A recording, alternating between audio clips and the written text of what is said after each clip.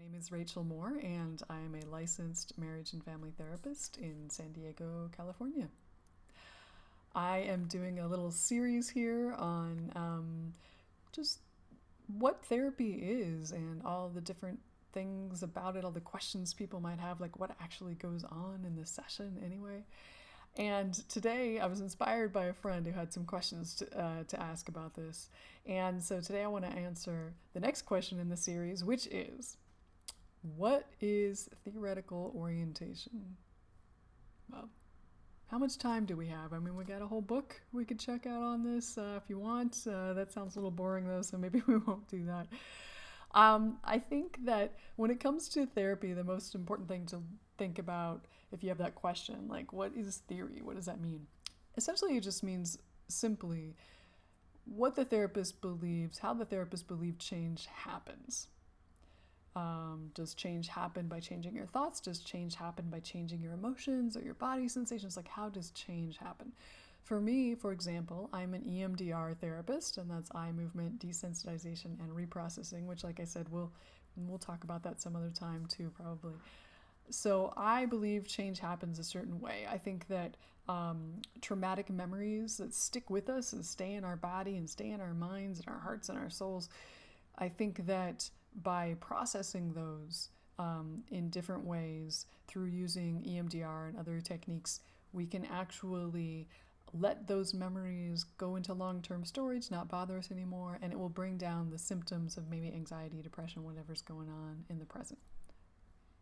That's all, essentially. There's a lot more to it, of course, but that's how I believe change happens, and so I use EMDR. There are other theories out there. CBT, cognitive behavioral therapy, DBT, dialectical behavioral therapy. You can look these up and kind of see the different ways in which they posit that change happens. There's one really important thing, though, to say about all this, and that's an idea that's a universal general idea. Specifically, though, for me, I came across it really clearly when reading a book by this man named Irvin Yalom, who's a therapist up near the Bay Area. And I recommend any of his books. Last name Yalom, Y-A-L-O-M. Really great writer, cool mind, cool person. According to him, he said, we have all these theories and these different things that we do in therapy because we got to do something, right? Like, we can't just sit there and stare at each other. Although maybe that's a theory I don't know about. I don't know. We got to do something. And he says what's actually happening and what actually is the true healing piece of therapy is the relationship between the therapist and the client. To Yalom, the relationship is the healing part of therapy. So I think that's something that's important to think about when you're choosing a therapist. Maybe you're with a therapist now. And how comfortable do you feel with them in general? How safe do you feel? How comfortable do you feel?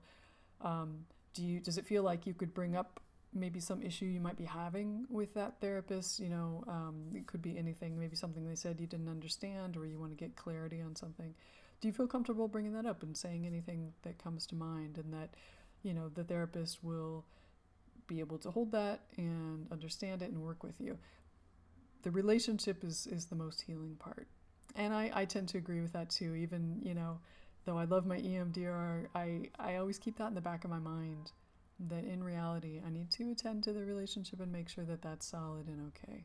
So I hope that's helpful. I'll be doing some more of these videos, and I hope you have a wonderful day. Thanks. Bye.